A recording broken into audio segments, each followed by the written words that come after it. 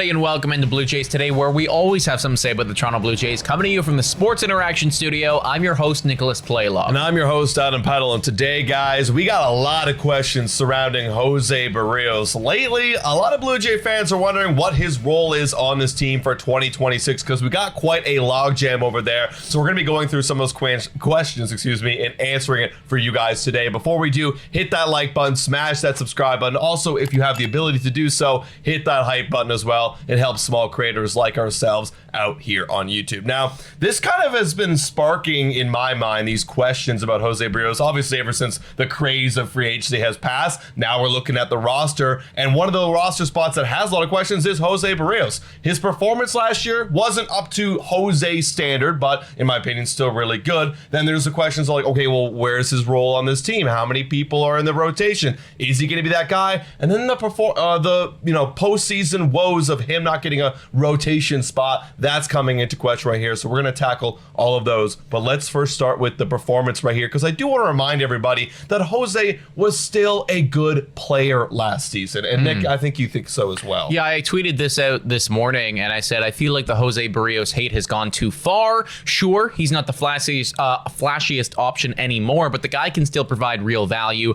A 4.17 ERA over 166 innings absolutely plays. It just doesn't play as an ace, and that is okay. And for me, I feel like the Jose Berrios hate has gone a little bit too far, because ever since we got Cody Ponce, the whole conversation has been, we can trade Jose Berrios. And I still think that that is true. You could trade Jose if you wanted to do so. You have the flexibility right now as the Toronto Blue Jays. But it feels like that idea has slowly snowballed into now we're expecting nothing from Jose Berrios. We need to get him off of this team. And that's the comments that we're seeing in our videos and on Twitter, and how people are discussing him right now. So I think that the discourse around Jose Berrios has gone too far in the other direction, whereas I do agree he is expendable at this point, but let's not forget that he could still provide real value on this team if they choose to keep him and not trade him. Yeah, like let's not forget, everybody. Last year, the Blue Jays went through a lot of starters. There was about a fifth man role when you had Max Scherzer injured for a while. There was a lot of guys cycling through that fifth spot of the rotation. Now the Blue Jays are in a land of luxury where you got basically 6 starters on this team. And while it's not guaranteed that Jose Berrios is going to get a spot, maybe he starts in the in the bullpen. We'll have to see how spring training plays out. But you still have a guy that could slide in as a number 5 in a rotation if there were some injuries or some underperformances. The Blue Jays are in a good spot to get through 162 games with a deep rotation. And just because he's the guy, maybe the 6th man in a lot of people's opinions, probably in my opinion as well, on the outside looking in, doesn't mean you necessarily have to trade him. And plus, he can still provide you good player performance on the field with a 4.17 ERA. Which I do think that people are undervaluing. Yeah. I get that 4.17 ERA is nothing super flashy, but at the end of the day, that still does play. And any team, well, not any team, that's the Dodgers, but a lot of teams would be happy to have that in their rotation. And I am honestly happy to have him in this rotation, even though he is potentially expendable for Toronto. And maybe come trade deadline, if we need something, if we desperately need something else and the pitching's still holding up, then we can have that conversation. Right. But now let's talk about the whole character side of things, because I think this is also adding fuel to this fire. There was the discourse surrounding the World Series. The World Series roster comes out. Lo and behold, who's not on it? Jose Berrios. And apparently, this is according to Ross Atkins, he says that he was not happy. He was disappointed that he wasn't in our rotation. He handled it well, but then when it came down to roster selection, he wasn't on it. Now, when I read that, he handled it well, he was not happy, he was disappointed, it sounds to me like a player who is admittedly not very happy, and understandably not very happy to not be on the World Series roster. However, it feels like individuals on social media, on Twitter, have taken those comments, snowballed them, and now people are commenting and they're responding to the tweet that I made earlier today saying, can I be upset that he threw a temper tantrum for not being on there. And nowhere in that quote do I read that Jose Berrios threw a temper tantrum because he wasn't on the World Series team. Yeah, and look, like I know there was a moment as well where he had to step away from the team during the World Series. Initially, when I heard that, I was like, wow, like that's kind of crazy. Why would you do that, man? Like it's your team's in the World Series. But again, like we have to play devil's advocate. We have to look from his perspective. His whole career and in his career with the Toronto Blue Jays, he's been known as that reliable guy, and he's there every single time. And now when it's the biggest moment in, you know, his time with the Blue Jays in franchise, or his time in his career,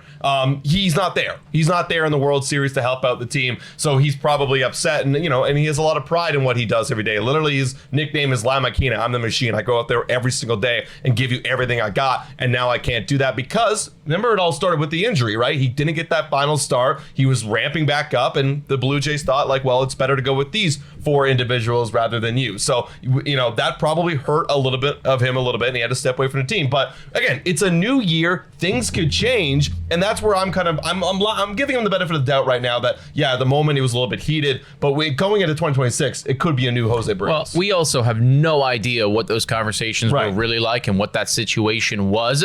What I do know is that according to Ross Atkins, and he could just be being a strong GM right now, and you know, having his guys' backs, and you know, trying to limit the drama, which he likely is doing.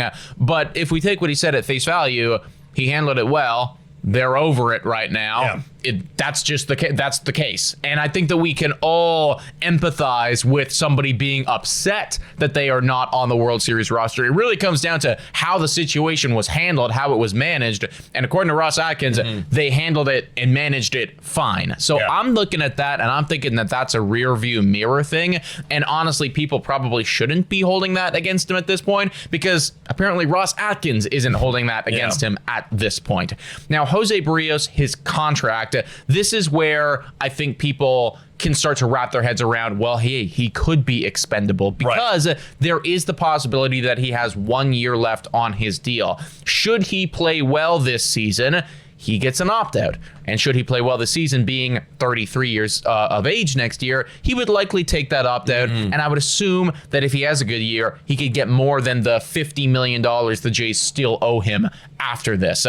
Of course, that is another incentive for me. And that's something that not a lot of people have talked about. This is somebody in a contract year. This is somebody who desperately, what kind of contract year, but obviously wants to be able to put up and show the rest of the league. It's like, hey, I do deserve some more money. That's just extra motivation, man. And so when I look at Jose Berrios, when I think about him for 2026, I'm not looking at him as the opening day starter anymore.